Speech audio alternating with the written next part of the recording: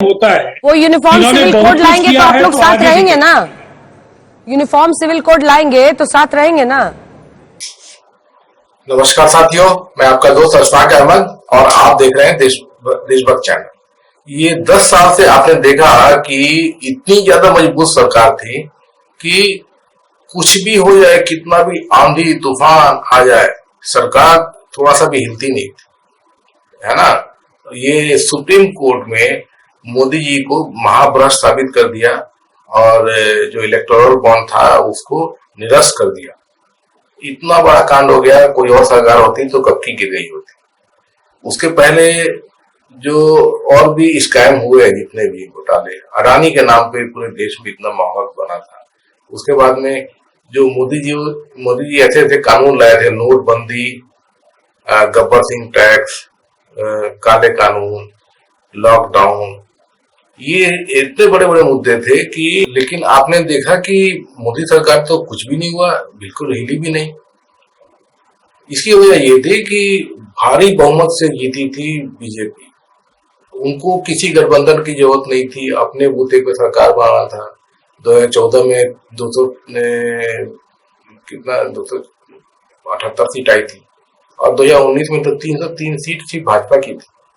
तो इनको किसी की क्या जरूरत, किसी की क्या कोई टेंशन, सरकार गिरेगी नहीं। मोदी कुछ भी चलाते रहे, कुछ भी अनबन करते रहे, पूरे देश का भट्टा बैठा दे, है ना। ये सब चल रहा था 2024 में, लेकिन पूरा नक्शा बदल गया है।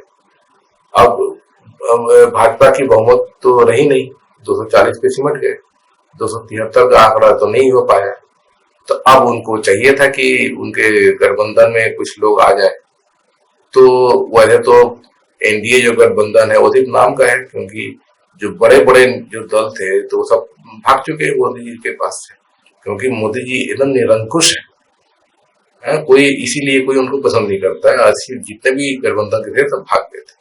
वो तो गनीमत है कि नीतीश कुमार अभी चुनाव के ठीक पहले पलटी मार गए और उधर चंद्रबाबू नायडू भी चुनाव के समय गठबंधन कर लिए, और यही दोनों की बदौलत बहुमत अभी मोदी जी के पास में है।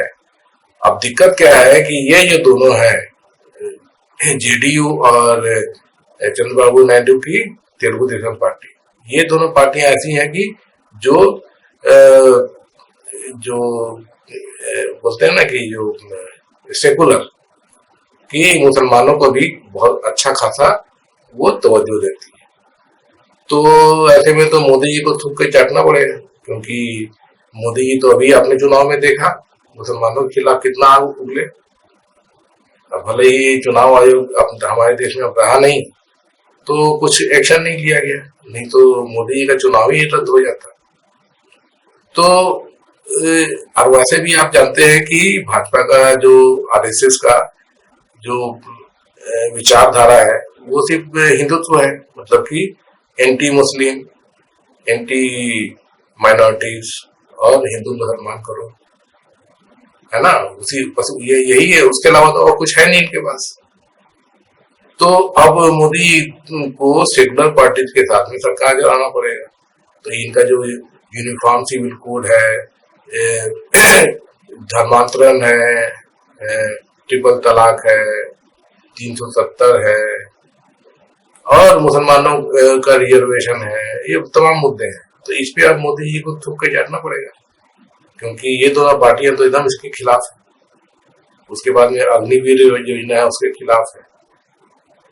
तो अब मोदी जी की सरकार जो है वो बहुत मुश्किल से चल पाएगी, सिंहासन हिलता रहेगा हमेशा। तो ये बात है। तो ये सरकार कब तक चल पाएगी?